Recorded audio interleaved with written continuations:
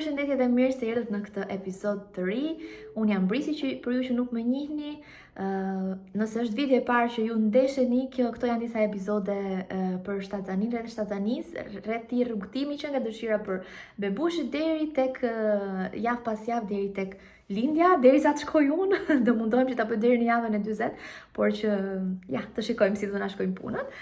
Në këtë episod do flasim për muajin e 8 që shkon nga java 31 deri në javën e 34. Në fakt unë sapo mbylla muajin e 7, po filmoj në të njëjtën ditë këtë episod dhe do të agjournohemi në kohë reale praktikisht sepse unë tani jam vetë në muajin e 8, që kështu kjo video do jetë kështu në kohë reale, sepse kur i kam nis ato videot e tjera, ju nuk i keni parë në kohë reale, kur janë regjistruar çik më mbrapa, kurse tani po mund të flasim për muajin e 8. Edhe në këtë pikë, në këtë video, le të tregojmë barkun e muajit të 8. Ky është një bark muaj 8, goca. Okej.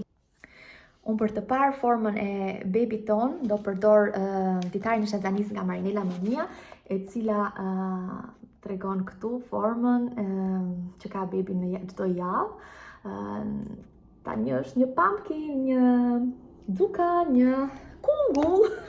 Ta gjejmë tamam fjalën, një kungull. Në javën 31, baby jon është sa një kungull. Çfarë po bën baby aty brenda, çfarë po ndodh tek barku jon? Në këtë periudhë thuhet që likuidi amniotik në barkun ton po reduktohet, por normalisht duhet të jetë mjaftueshëm, por është më pak, edhe vendi po bëhet më pak për bebin. Por kjo nuk do të thotë që bebat ton nuk lëvizin. Ato bebat marrin atë pozicionin fetal të lindjes në këtë periudhë. Ka mundësi që bebat të rrotullohen edhe deri në javën e 36, shpresa është aty, sepse ka ndodhur edhe që kanë qenë me kokën poshtë edhe janë kthyer me kokën lart në moment të fundit.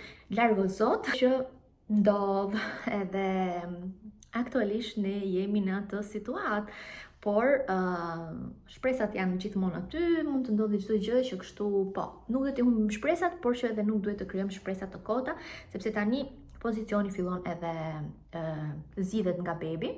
Po thoja për lëvizjet, bebat, ju e kuptoni vetë që çdo beb ka ato lëvizjet e veta që në disa fazat e ditës ju e ndjeni, edhe marrin atë ritmin e vet, ju si mama e kuptoni, edhe nga momenti që ju kuptoni që bebi juaj nuk është shumë aktiv, sugjerohet që dyshoheni që nuk është shumë aktiv, edhe një dyshim, sugjerohet që ju të shkoni të bëni një kontroll tek ginekologu juaj, sepse bebat, siç tham, duhet ta ruajnë lëvizjen deri në fund, derisa të lindin, në shenjë që bebi është mirë.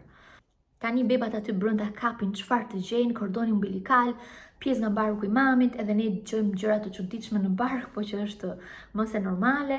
Provojnë atë likuidin amniotik, e dëgjojnë zërat që vijnë nga jashtë, prandaj flisni sa më shumë sepse bebat na dëgjojnë. Po dëgjojnë edhe ne që po bëjmë muhabet këtu. Baby ton në këtë fazë po i zhvillohen të pesta shqisat. Kishte aty brenda po ndodh një mrekulli. Po ne mamat si ndjehemi në këtë javë? Atëherë mund të kemi filluar të ecim edhe si pata praktikisht, sepse ose si pinguinët. Kjo ndodh sepse hormoni i relaksinës është lëshuar në trup edhe artikulacionet e tona e ndjejnë këtë gjë. Mitra jon tani është diku tek 13 cm sipër kërthizës, pak a shumë. Normalisht urthi është aty, dhimbje kockash, siç ju thash, dhimbjet e shpinës, mund të dëgjojmë tension në fund të barkut, janë të gjithë simptoma që në këtë javë, në këtë muaj janë shumë familjare, edhe po, duhet t'i mbajmë, i kemi t'i mbajmë, rëndësi ka që çdo gjë të shkojë mirë, por që këto janë simptomat më të zakonshme. Ju kam thënë edhe tek video e kaluar që ato kontraksionet e Braxton Hicks, që janë ato kontraksionet që nuk janë me dhimbje, por që janë kur bëhet barku i fortë, ndodhin vazhdimisht gjatë këtyre javëve, janë ato që përgatisin trupin, por shikoni në qoftë se ato shoqërohen me dhimbje, kurrizi, barku, ato dhimbjet si menstruale, ka mundësi që ju t'jeni futur në travaglio, në lindja mund të ketë filluar, që kështu duhet të kontaktoni me njëherë ginekologun tuaj. Kjo jo për të përhapur panik, por që ju të njihni ato simptomat. patëm një ndërprerje publicitare nga babi i Lelës, sepse tani të shkojmë që të marrim Lelën, që shumë të nëcitoj që të them edhe 2 javët që kam mbetur edhe të ikim. Të ikim dhe më thëmë nëcitim jo, sepse pikërisht në këtë fazë mobiliteti është pak i vështirë, mund të keni vështirësi dhe të vishni këpucit tuaja, por që është mos e normale. Një këshill është që të bëni të hani ushqim me sasi të vogël por shpesh, sepse normalisht stomaku jon tani ka shumë pak vend dhe nga momenti që do hani shumë nuk do të ndjeni komforte, do t'ju fillojnë ndjegjet e urthit e gjitha këto pareati që kështu më mirë të hani shpesh edhe nga pak. Do të kalojmë në javën e 32 dhe në javën e 32 të shikojmë. Kemi një lule lakër, çfarë është kjo? Një lakër mishi. Po, baby është diku tek 1,95 kg dhe është diku tek 43 cm. Zhvillimi i trurit të baby ton është shumë intensive, që të përgatitet për jetën jashtë trupit të mamit, si për të rregulluar temperaturën, si për proceset digestive, të treti se kam fjalën, kockat po forcohen, por sikur se e kam përmendur edhe në episode të tjera, kockat e kokës do të jenë mobile që të mundësojnë kalimin në kanalin e lindjes, le të themi, për ato beba që lindin me lindje natyrale. Thuhet që në këtë fazë të zhvillimit, qelizat që janë tek syt e bebave janë tani pjekur për të parë me ngjyra, për ta thënë kështu në mënyrë popullore, jo me ngjyrë me gjuhë mjekësore. Normalisht në fillim kur lindin bebat nuk shikojnë me ngjyra, por që i kanë ato qeliza që do t'i mundsojnë shikimin me ngjyra. Tani në këtë fazë ato zhvillohen. Edhe mushkërit tani në këtë javë janë më të pjekura. Megjithëse si e kam përmendur, nëse do të kishte një lindje të parakoshme, sepse deri në javën e 36 lindja quhet e parakoshme, premature, deri 35 e poshtë është premature e hershme, pastaj është kjo deri në javën e 36 është më e moderuar, por që po do të kishni nevojë për atë gjilpërën që i bën mushkërit të gatshme që të marrin frymë jashtë trupit të mamit. Kur shkoni për vizitë në këtë fazë, bebat e tuaja monitorohen me CTG-n, me ato mjetet që vendosen tek barku për të parë rrahjet, që janë shumë të rëndësishme për të parë nëse çdo gjë shkon mirë. Ndërsa për mamin, çfarë do themi për mamin? Sikletet vazhdojnë, mund të keni fryre sepse ajo ritensioni hidrika, ujërat e trupit, le të themi, vazhdojnë edhe rriten më tepër. Në këtë fazë të shtazanisë unë do t'ju sugjeroja që të filloni të përgatiteni për planin tuaj të lindjes, të diskutoni me mjekun tuaj që ju ndjek se çfarë lindje do të keni, natyrale, cesariane, sepse tani fillon edhe kuptohet më mirë situata, sepse bebat që janë me kokë larg me shumë mundësi nuk do mund të rrotullohen, po gjithsesi që të jeni të përgatitur edhe për ata që do të bëjnë lindje natyrale, se si e doni lindjen, të paktën këtu në Gjermani, po edhe në vendet të tjera të Europës, është ajo që quhet regjistrimi i lindjes, që ju të zgjidhni spitalin se ku do të lindi, edhe planifikimi i lindjes. Planifikimi bëhet sidomos për ato shtazani që nuk kanë qenë shumë të mbara, le të themi, ose që kanë patur disa problematika, është shumë e rëndësishme planifikimi, sidomos ato shtazani që parashikojnë që të jenë cesariane. Diçka tjetër që du t'i them mamave është që të pushojnë sa më shumë të kenë mundësi. E di që nata është shumë e vështirë, për mua aktualisht është shumë e vështirë, zgjohem 1.000.000 herë gjatë natës, por të paktën gjatë ditës kur keni mundësi të pushoni. E di edhe për ju mama që keni fëmijë të tjerë, si puna ime nuk është aq e lehtë, por që kur t'u jepet mundësia pushoni, sepse pushimi është shumë i rëndësishëm. Sidomos thash për ato shtazani që kanë komplikime, janë shumë të rëndësishme që ta shtymë edhe disa javë, të kapim të paktën javën e 35-37 të shtazanisë, sepse është shumë e rëndësishme, por që gjithsesi mjekësia ka avancuar, nëse bebi do të vinte tani, do të kishim me shumë mundësi beba të shëndetshme. Flasim për javën e 33, në të cilën bebi jon është sa një ananas. Pesha e bebit është diku tek 2 kg 16 gram, ndërsa gjatësia është diku tek 44 cm, edhe kështu eksaktësisht ka qenë edhe për mua, sepse kam bërë vizitë eksaktësisht në këtë datë edhe ka qenë pikërisht kështu.